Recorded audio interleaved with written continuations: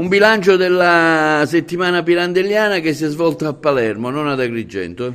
È un bilancio ottimo, direi, perché abbiamo avuto la presenza di 400 ragazzi di 29 scuole che provenienti da 6 regioni.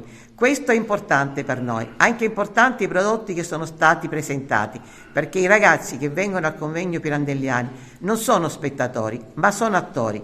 Ognuno per partecipare deve aver svolto una tesina o ideato un cortometraggio e quest'anno per la prima volta hanno anche ideato una partitura musicale e ne sono pervenuti 5 partiture e anche questo è stato molto importante. Ecco, perché avete svolto la manifestazione a Palermo? Perché non avevamo possibilità di farla ad Agrigento. Ma si dice che il Comune vi abbia, almeno da quello che sono le fonti, vi abbia detto un contributo che voi l'avete rifiutato. Io rispondo dal 2022, da quando sono stata eletta Presidente. A me questo contributo non è stato proposto. Io posso dire solo che dal momento in cui mi sono insediata ho cercato l'incontro con le istituzioni. Ho incontrato il sindaco, il quale mi ha detto, al quale abbiamo portato la convenzione che c'era fatta, abbiamo cambiato i nomi perché la Presidente adesso ero io e non era il professore Miliotto, il sindaco ha detto che avrebbe visto sul bilancio, stiamo attendendo. Professor Miliotto, lei è il Presidente emerito del Centro Studi. Un bilancio su questa attività, un'attività che si è svolta purtroppo a Palermo, Agrigento, la sede, insomma, Pirandello è nato ad Agrigento, però la settimana pirandelliana non si è svolta ad Agrigento. Non si è svolta ad Agrigento per il semplice fatto che noi non abbiamo ricevuto nessun contributo, quindi la domanda perché il convegno non si è svolto ad Agrigento la dovete porre, diciamo così, alle istituzioni. Sono le istituzioni che devono dire il convegno agrigentino, il 60°, questo era il nostro, si è svolto a Palermo per questi motivi, cioè lo devono dire loro perché il convegno si è svolto a Palermo. Noi possiamo dire soltanto di non avere ricevuto nessun contributo da parte delle istituzioni nostre, dico nostre perché siamo agrigentini. Voi avete fatto delle istanze varianti qui ad Agrigento a chi? Tantissime istanze, e ripetute, reiterate all'amministrazione comunale, al sindaco e al parco archeologico, al direttore del parco archeologico, ma non un'istanza ripetuta diverse volte. E non solo questo, ma abbiamo proposto anche una convenzione, cioè di riprendere una convenzione triennale almeno che era già esistita nel passato. Bene, per dire delle date, l'ho presentato una prima volta, questa convenzione, questo progetto di convenzione, in gennaio, l'ho presentato ancora una volta l'8 di febbraio, e parlo del 22, nessuna risposta.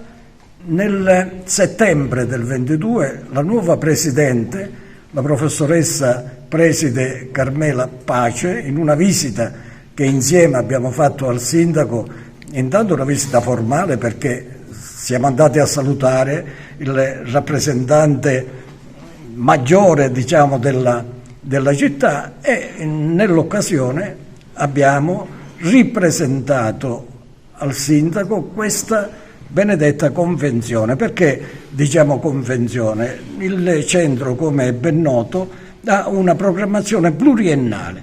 Il centro, l'attività, la sua attività, la inizia nel febbraio, quindi a un mese dalla chiusura del convegno precedente, e si conclude a dicembre con il convegno, per poi riprendere i lavori di nuovo a febbraio, quindi è un'attività tutto l'anno, e per far questo ci vuole una programmazione pluriennale, cosa che noi facciamo sempre. Quindi è un proposito che noi perseguiamo con costanza, ma anche con la piena consapevolezza che un'attività si può svolgere nel pieno solo se si prevede anche nel futuro, si proietta nel futuro.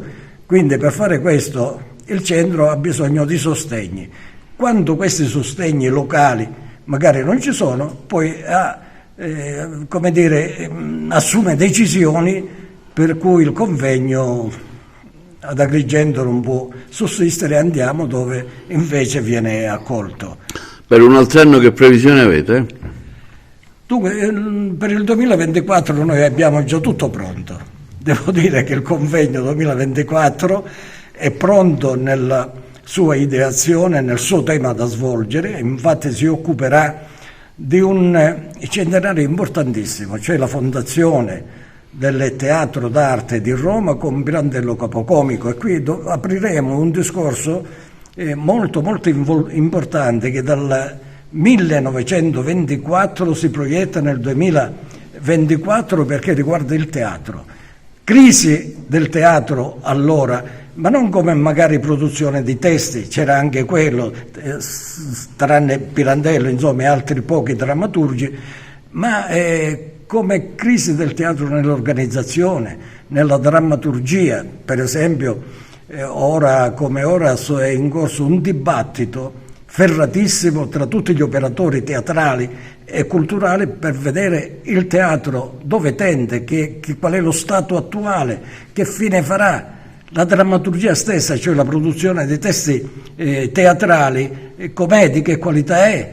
Una compagnia teatrale è in grado di poter sostenere un peso peso finanziario naturalmente così importante? Ecco, tutti questi problemi che erano vivi nel 1924, per cui nacque il Teatro d'Arte con Pirandello Capocomico, ci sarebbe da fare tutta una storia, ma non è il caso. Ora, quindi questo convegno sarà di una attualità estrema. Affronteremo noi il problema teatro sulla base di quella che c'era nel 1924.